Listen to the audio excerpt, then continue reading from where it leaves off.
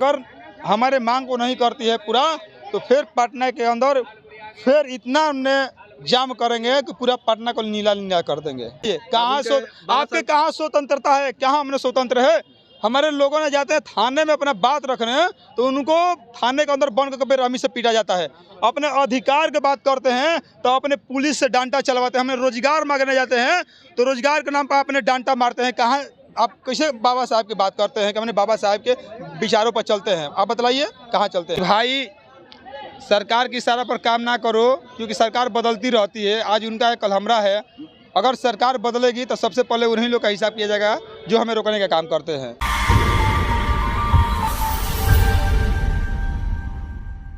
नमस्कार, मैं मंगलजीत और आप देख रहे हैं प्रकाश इंडिया। अभी मैं मौजूद हूं पटना के गांधी मैदान में और कुछ देर पहले यहां पर भीम आर्मी के द्वारा आंदोलन किया जा रहा था। मुख्यमंत्री आवास का घेराव किया जा रहा था। इसी बीच में पटना पुलिस बैरिकेड लगाकर भीम आर्मी के टीम को रोक दी और फिर इसके बाद में आगे जाने नहीं दी। आगे क्या हुआ क्या नहीं जानेंगे। हमारे साथ मौजूद हैं बक्सर जिला के जिलाध्यक्ष सुरेश जी। क्यों आप लोग को जाने नहीं दिया गया?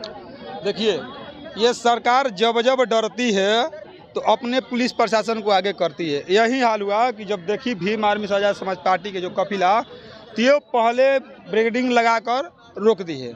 लेकिन हम उन पुलिस प्रशासन के पदाधिकारियों से भी बताए हैं कि भाई, सरकार की इशारा पर काम ना करो, क्योंकि सरकार बदलती रहती है। आज उनका एक कल हमरा है। अगर सरकार बदलेगी तो सबसे पहले उन्हीं लोग का हिसाब किया जाएगा जो हमें रोकने का काम करते हैं। मतलब कि सरकार को इशारों पर काम चल रहा है? बिल्कुल, सरकार के इशारों पर काम चल रही है। क्या लगता है कि आपकी मांगे क्या है? मेरे मांगे हैं कि नीतीश कुमार जी कहते हैं कि हम दलितों की सरकार है, दलितों के हितैषी है, हाँ, गरीबों की सरकार है, बहुजनों की सरकार है। लेकिन ये बताइए कि जातीय जनगणना हुआ, आपको पता है किसकी कितनी संख्या है, उसकी भागीदारी कहाँ गया भैया? वो तो कह रहे हैं कि जब एकदम रिजल्ट आ गया इसके बाद में आगे इसके बारे में कब करा जाएगा? आप कई वर्ष से सरकार में है, कई वर्ष से मुख्यमंत्री है, इससे पहले कहाँ थे? ये एक एजेंडा है, ये चुनाव का 2024 का चुनाव है, इसका एक एजेंडा है कि ताकि लोगों को गुमराह करके फिर से अपना रोटी सेकने का काम करे। लेकिन याद रखें, ये लोग समझदार लोग हैं। हम लोग समझ चुके हैं कि ये मुख्यमंत्री जी का क्या इशारा है। उनके झांसे में अब लोग आने वाले नहीं है। और जो प्रधानमंत्री बनने का सपना देखते हैं, तो प्रधानमंत्री बनने का सपना तो दूर की बात है, इस बार हमने मुख्यमंत्री उनको बनने नहीं देंगे।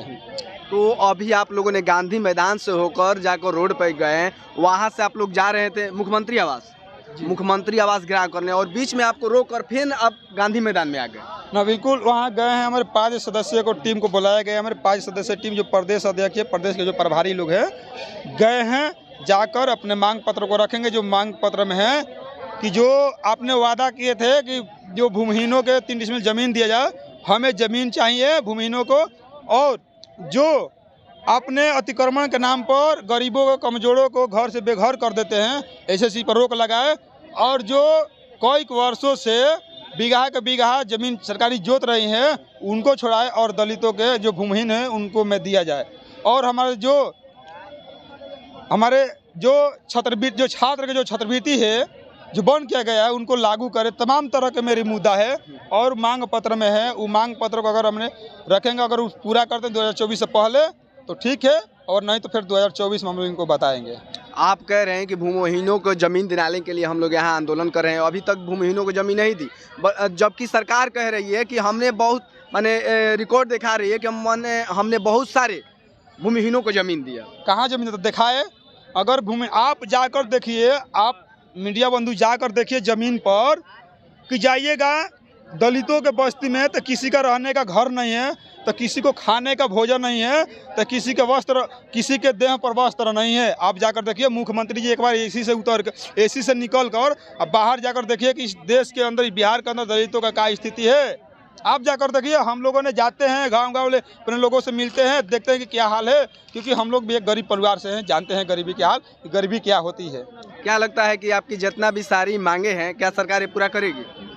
एकदम बिल्कुल पूरा करेगी। अगर पूरा नहीं करती है तो 2024 में हम लोग पूरा कर देंगे। इस सरकार कहती है कि हम बाबा साहब अम्बेडकर के विचारधारे के माने सरकार है, उनके विचारधारों पर चल रही है। अगर बाबा साहब की विचारधारा पर चलती सरकार, तो आप बतलाइए कि बाबा साहब डॉक्टर भीमराव अम्बेडकर ने संविधान के पहले पन्ना में क्या लिखे हैं?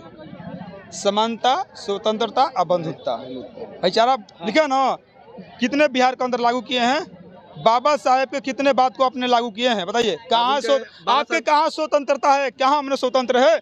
हमारे लोगों ने जाते हैं थाने में अपना बात रखने, तो उनको थाने के अंदर बंद करके बेरहमी से पीटा जाता है।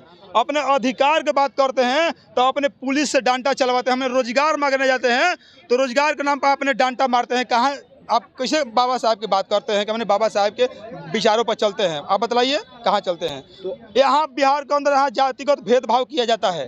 हाँ, एक गरीब अगर किसी के कुर्सी पर बैठ जाता है तो उनको मार के वहाँ से भगा दिया जाता है।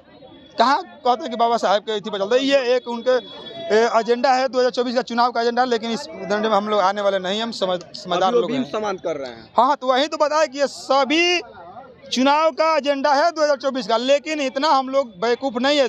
बता दे हाँ, बरगराने दलित और मुस्लिमों को बरगराने के काम करिए अपने रोटी सेकने के, लेकिन इस बार लोग नहीं आएंगे। इनके कहने में दलित और मुस्लिम नहीं आएंगे। हम लोग समझ गए हैं कि इनके मकसद क्या है।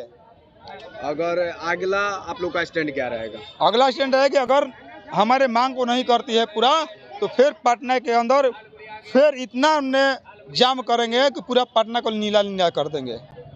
तो देख सकते हैं हमारे साथ सुरेश आज़ादी मौजूद थे, जो कि चंद्रशेखर का दूसरा, बिहार का दूसरा चंद्रशेखर भी कहा जाता है। तो इन्होंने अपने बातों को रखी और उन्होंने कहा कि अगर हमारी मांगों को पूरा नहीं किया जाता है तो हम लोग आगे ईंट से ईंट बजाने की काम करेंगे। इस पर आप लोग का क्या राय है? प्लीज़ कमेंट करके जरूर बताएं और ज़्यादा से ज़्यादा वीडियो को शेयर करें। और मेरे चैनल पर नए अगर आए हैं तो प्लीज़ सब्सक्राइब करें। धन्यवाद। जय भीम।